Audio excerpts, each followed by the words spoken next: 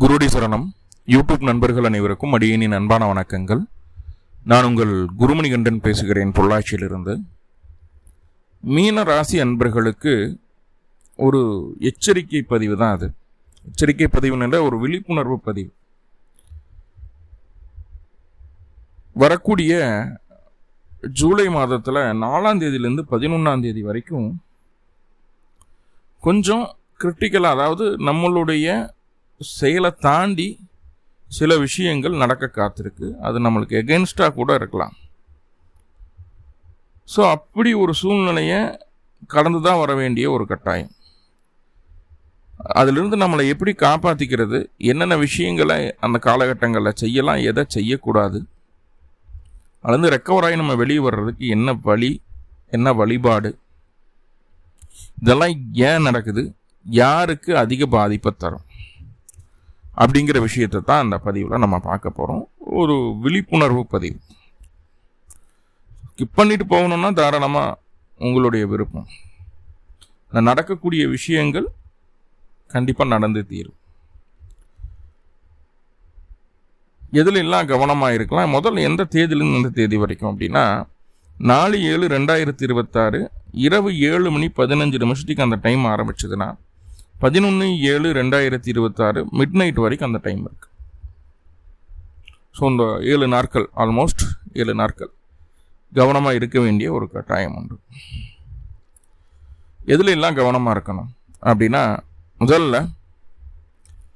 புதியதான முயற்சிகளை செய்யக்கூடாது.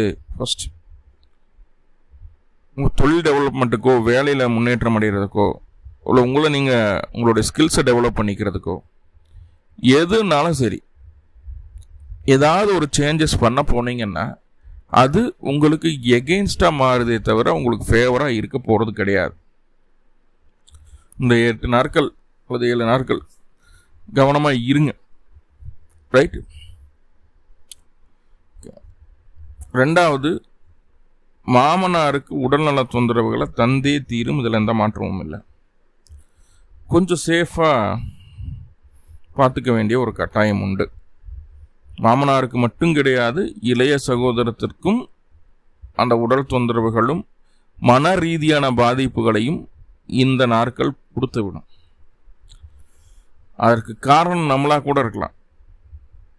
ஏன்னா எப்போ எதை பேசணும் அப்படிங்கிற விஷயம் இந்த காலகட்டம் நம்மளால் கரெக்டாக அது கெஸ் பண்ணி பேச முடியாது. நம்ம கண்ணை கட்டி விட்டுட்டு பேச விட்டுரும். மிஸ்கம்யூனிகேஷன். அதனால் பாதிக்கப்படப்படக்கூடியது உங்களுடைய இளைய சகோதரம், உங்களுடைய மாமனார், உங்களை சுற்றி இருக்கக்கூடிய அக்கம் பக்கத்தினர். ஒன்று அவங்களுக்கு நம்ம பேசுகிறதுனால, நம்ம சில விஷயங்களை கம்யூனிகேட் பண்ணுறதுனால மன ரீதியாகவும் உடல் ரீதியாகவும் கொஞ்சம் அழுத்தத்தை கொடுக்கும். இல்லை அப்படின்னா அவங்களுக்கு வேற ஒருத்தர் மூலயமா பாதிப்பு ஏற்படுத்தும். எதை சொல்லக்கூடாதுன்னு நினைக்கிறாங்களோ அதை நம்ம பேசிடுவோம். மிஸ்கம்யூனிகேஷன். அதான் நம்மளை கண்ணை கட்ட விட்டுட்டு பேச சொன்னால் என்ன பண்ணுவோம், யார் என்னன்னு பேசுவோம் இல்லையா, அதுதான். அப்போது அந்த கம்யூனிகேஷன் லெவல் நம்மளுக்கு சாதகமாக இருக்காது. ரொம்ப முக்கியமாக இந்த காலகட்டம் யாருக்கும் செக் போட்டு கொடுக்கக்கூடாது. பேங்க் ரிலேட்டடாக எந்த காரியங்களையும் செய்யாதீங்க. ஒரு லோன் அப்ளை பண்ணுறதுக்கு போகிறதோ, புதுசாக அக்கௌண்ட் ஓப்பன் பண்ணுறதோ, ஒரு கிரெடிட் கார்டோ டெபிட் கார்டோ அப்ளை பண்ணுறது, வாங்கிறது, பிடிக்கிறது, அல்லது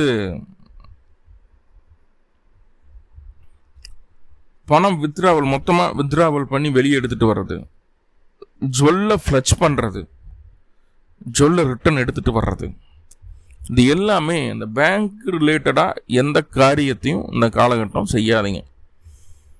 முக்கியம். ரெண்டாவது, யாருக்குமே இந்த காலகட்டத்தில் ஒரு உத்தரவாதம், அதை லீகல் டாக்குமெண்டேஷனோட ஒரு கேரண்டீடு கொடுக்கக்கூடாது.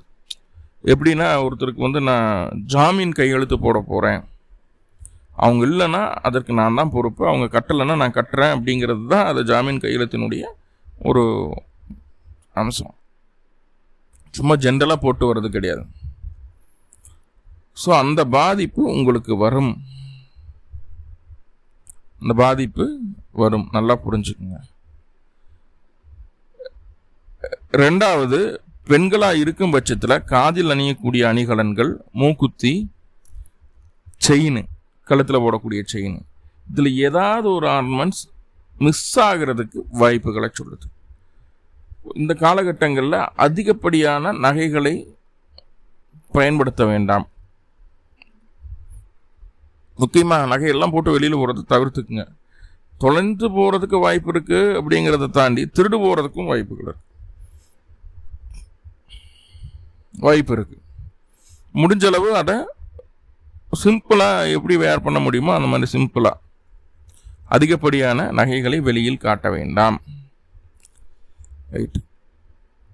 பாஸ்போர்ட் அப்ளை பண்ணுறது, டாக்குமெண்ட்டு ரிலேட்டடாக நேம் சேஞ்ச் பண்ண, அட்ரஸ் சேஞ்ச் பண்ண, இந்த விஷயங்கள்லாம் இனிஷியேட் பண்ணுறதெல்லாம் இந்த காலகட்டம் வேண்டாம்.